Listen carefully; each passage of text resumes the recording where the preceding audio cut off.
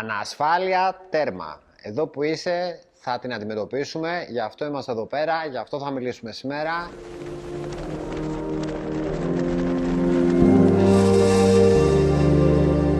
Το αίσθημα ασφάλειας, το αίσθημα ανασφάλειας, το τι μπορεί να ζητάει από μας κάποιες απαντήσεις, το πώς χρειάζεται να σταθούμε μέσα στη ζωή, το πώς θα είμαστε καλά, το πώς δεν θα απειλούμαστε, θα το λύσουμε εδώ και τώρα. Δες αυτό το βίντεο και μέχρι το τέλος πιστεύω θα έχουμε κάπως βοηθήσει την κατάσταση. Γιατί χρειάζεται. Είμαι ο Ευάγγελος Κατσιούλης, είμαι ψυχίατρος ψυχοθεραπευτής, αρκετά χρόνια ενασχόληση στο πεδίο και είμαι εδώ πέρα για να μοιραστώ κάποιες σκέψεις μαζί σας για το πώς μπορούμε να βελτιώσουμε τη ζωή μας. Αυτή είναι η πρόθεση και ελπίζω στην εκτέλεση να μου πεις και εσύ με τα σχόλιά σου πού βρισκόμαστε και τι ακόμα περισσότερο μπορούμε να κάνουμε. Ανασφάλεια λοιπόν. Όταν μιλάμε για ανασφάλεια, μιλάμε για ένα αίσθημα, μια αίσθηση που έχει κάποιος ότι απειλείται, ότι δεν είναι ακόμα όπως θέλει να είναι με όρους επιβίωσης. Ότι η ζωή του μπορεί να είναι εκτεθειμένη απέναντι σε κάποιους κινδύνους, ότι κάτι κακό θα έρθει, ότι προκύπτουν ή θα προκύψουν προβλήματα τα οποία μπορεί να τα έχει στο μυαλό ή μπορεί να τα βλέπει να έρχονται ή μπορεί απλά και να τα φαντάζεται. Ότι θα προκύψουν προβλήματα, θα έρθουν μαύρα συννεφάκια, καταιγίδες, μπόρες και αστραπές και όλα τα αντίστοιχα θα έρθουν στη ζωή του. Μπορεί να αφορά οποιοδήποτε πεδίο, το πεδίο της υγείας, το πεδίο των διαπροσωπικών μας σχέσεων, το πεδίο των επαγγελματικών μας δραστηριοτήτων, οτιδήποτε μέσα στην καθημερινότητά μας, οτιδήποτε μέσα στη λειτουργικότητά μας μπορεί να χαϊδέψει, να κουμπίσει ή να προκαλέσει την αίσθηση ότι είμαστε ασφαλείς ή δεν είμαστε. Οπότε είναι αρκετά εκτεταμένο. Μπορεί να ξεκινήσει από κάποιο πεδίο και να επεκταθεί και στα υπόλοιπα πεδία. Και αυτό είναι αρκετά, αν θες, και ένα συνηθισμένο μοτίβο, ότι συνήθως κάτι μπορεί να μας προκαλέσει την αίσθηση το ότι είμαστε ασφαλείς και ότι δεν είμαστε όσο ασφαλείς θέλουμε να είμαστε, και αυτό μετά μπορεί να επεκταθεί και να αρχίσει κάποιος να σκέφτεται ότι μπορεί αυτή η ανασφάλεια να αφορά και το οτιδήποτε άλλο έχει να κάνει με τον ίδιο. Αντιλαμβάνεσαι ότι έτσι όπως την περιγράφουμε το αίσθημα ανασφάλειας, την αίσθηση της ανασφάλειας, ότι ξεκινάει από κάποιες σκέψεις ή από κάτι που έχει γίνει, από κάποια γεγονότα που μπορεί να έχουν γίνει στη δική μας, κάποια βιώματα δηλαδή, που μπορεί να έχουν γίνει στη δική μας ζωή, μπορεί να έχουν γίνει λίγο πιο δίπλα, μπορεί απλά να τα έχουμε δει και στις ειδήσεις, έτσι, να τα έχουμε δει κάπου μακριά να συμβαίνουν. Πάλι κάτι τέτοιο, οτιδήποτε βασικά μπορεί να ακούσουμε ή να σκεφτούμε ή και να φανταστούμε, μπορεί να προκαλέσει μια αίσθηση ανασφάλειας. Το δικό μας το ζητούμενο είναι η ασφάλεια και χρειάζεται να δούμε την ανασφάλεια γιατί με αυτή την ασφάλεια μπορούμε μετά να διεκδικήσουμε και το πώς θα ζήσουμε. Αν θέλεις, η ανασφάλεια κουμπάει το αν θα ζήσουμε και είναι αρκετά σημαντικό αυτό το πεδίο της επιβίωσης. Αντίθετα με ερώτηση επιβίωση, πραγματικά είναι λίγο δύσκολο έως και ανέφικτο για κάποιον να ασχοληθεί με τη διαβίωση, με το πώς θα ζήσει, γιατί ακόμα το αν θα ζήσει είναι με ερώτηση. Οπότε, συνήθως είπαμε ξεκινάνε από κάποια βιώματα, από κάποιες καταγραφές, από κάτι που σκεφτήκαμε, από κάτι που έτυχε σε εμάς ή σε κάποιο διπλανό και το μυαλό αρχίζει και προφανώς το χτίζει.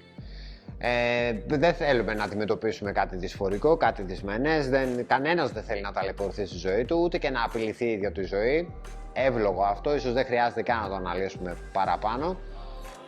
Και με αυτή μας την πρόθεση του να μην πάθουμε κάτι, να μην συμβεί κάτι σε εμάς, αρχίζουμε και σκεφτόμαστε το πώς μπορούμε να προφυλαχτούμε, να προστατευτούμε, να το προλάβουμε, να προνοήσουμε, να είμαστε αυτές και ένα βήμα πριν από το κακό που σκεφτόμαστε ή βλέπουμε καμιά φορά ότι μπορεί να έρθει προς την πλευρά μας.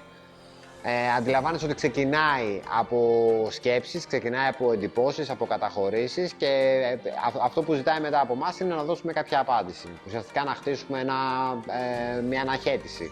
Να μην μας βρει το κακό, να μην έρθει προς την πλευρά μας κάτι το οποίο θα μας προβληματίσει. Ποιο είναι το θέμα? Ότι εμείς μπορούμε να σκεφτούμε το οτιδήποτε.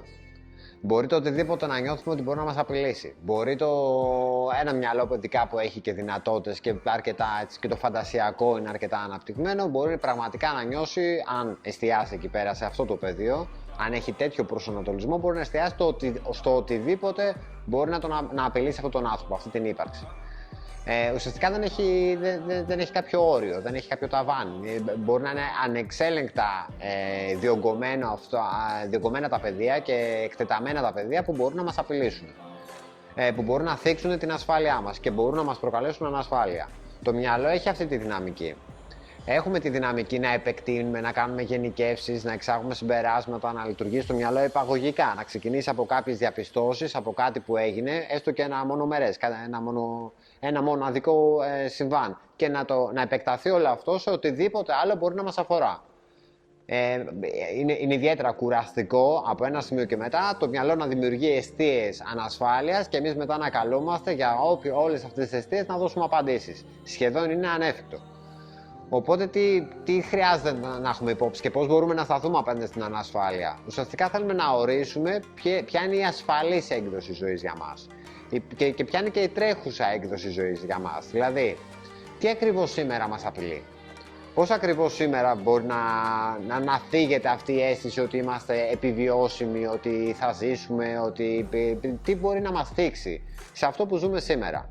Το τι μπορεί να έρθει δεν μπορούμε να το προβλέψουμε και αυτό, αν θέλεις, είναι και μια συζήτηση που μπορούμε να κάνουμε με το μυαλό μας, εμείς με τον εαυτό μας δηλαδή.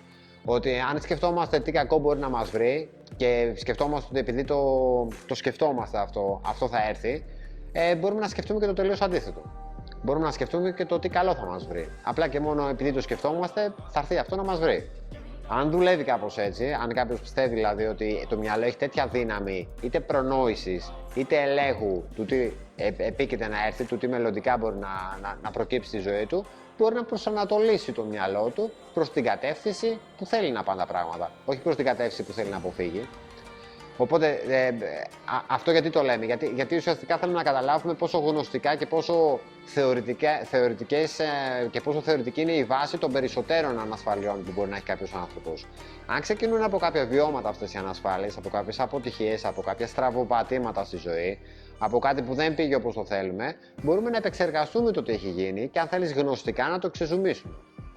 Να κρατήσουμε αυτό που είναι σημαντικό για μας.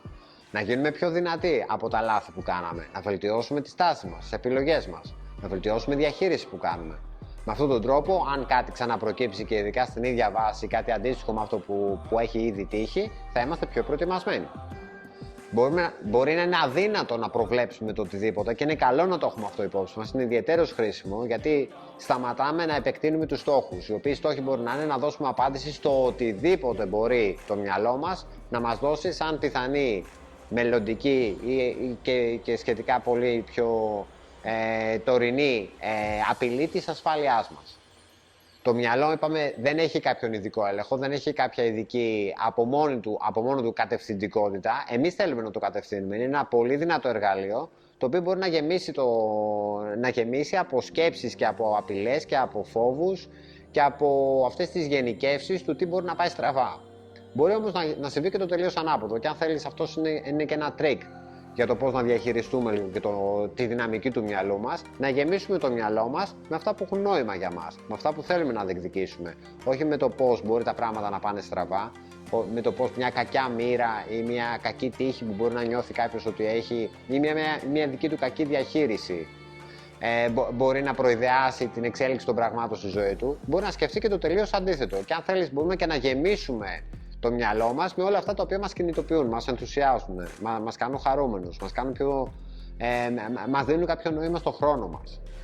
Οπότε, απέναντι στην ανασφάλεια, θέλουμε να έχουμε υπόψη μας ότι σαν αίσθηση δημιουργείται στην βάση κάποιων σκέψεων, το μυαλό μπορεί προκειμένου να μας προφυλάξει, προκειμένου να προλάβουμε το κακό. Μπορεί να γεμίσει όμως με αυτό το κακό και έτσι, αν θες, χαλάμε και την ποιότητα της ζωής μας, χαλάμε την ποιότητα του χρόνου μας, την καταγραφή που κάνουμε για τη θέση που έχουμε μέσα στη ζωή μας. Καταγράφουμε θέσεις μέσα στη ζωή μας που εμείς μπορεί να έχουμε μέχρι και πανικοβληθεί, μέχρι και τρομοκρατηθεί. Να έχουμε γεμίσει από φόβο, να έχουμε γεμίσει με αυτό το αίσθημα το οτιδήποτε μπορεί να στέκεται απειλητικά απέναντί μας. Το μυαλό από μόνο του δεν θα κάνει κάποια στροφή. Και αν το έχουμε ήδη κάνει και αν το έχουμε ήδη συνηθίσει, αν έχουμε ήδη συνηθίσει να είμαστε ανασφαλείς, το πιθανότερο είναι να συνεχίσουμε να είμαστε ανασφαλείς. Ενεργητικά πλέον εμείς θέλουμε να προσπαθήσουμε να προσανατολίσουμε το μυαλό προς αυτά που είναι πλέον στόχοι. Αυτά που θα έχουν κάποιο νόημα για μας. Αν θες, να δώσουμε και απαντήσεις στο οποιοδήποτε πεδίο μπορεί να μας προκαλέσει ανασφάλεια, ώστε εμείς να αρχίσουμε να διαπραγματευόμαστε μόνο με τον εαυτό μας και να διεκδικούμε αυτό που θέλουμε να ζήσουμε. Και όχι απλά να προσπαθούμε να αποφύγουμε αυτό που δεν θέλουμε να ζήσουμε. Αυτά είναι κάποιες πρώτες σκέψεις για την ανασφάλεια. Μπορείς να γραφτείς στο κανάλι. Θετικό και ευχάριστο θα ήταν αυτό Ενδεχομένως και από τις δύο τις πλευρές, όχι μόνο για μένα. Νομίζω και εσύ έχεις να καρποθείς αρκετά, να κερδίσεις αρκετά από το να παρακολουθείς τι ανακοινώνουμε εδώ πέρα. Αν συμφωνείς, ο δρόμος είναι συγκεκριμένος. Μπορείς να μένεις και ενημερωμένος για τις επόμενες ανακοινώσεις και τα επόμενα βίντεο που θα βγουν από το κανάλι με αυτό το καμπανάκι ειδοποιήσεων. Τα σχόλιά σου είναι ευπρόσδεκτα. Μπορούμε να συζητήσουμε λίγο πώς εσύ καταλαβαίνεις την ασφάλεια, δικά σου περιστατικά, δική σου διαχείριση. Κουβέντα θέλουμε να πιάσουμε εδώ πέρα. Είναι διαδραστικό το κανάλι. Και μπορείς να μοιραστείς αυτό το βίντεο με οποιοδήποτε νιώθεις ότι μπορεί να κερδίσει κάτι από αυτές τις σκέψεις. Και είμαστε σε επικοινωνία. Γεια σας.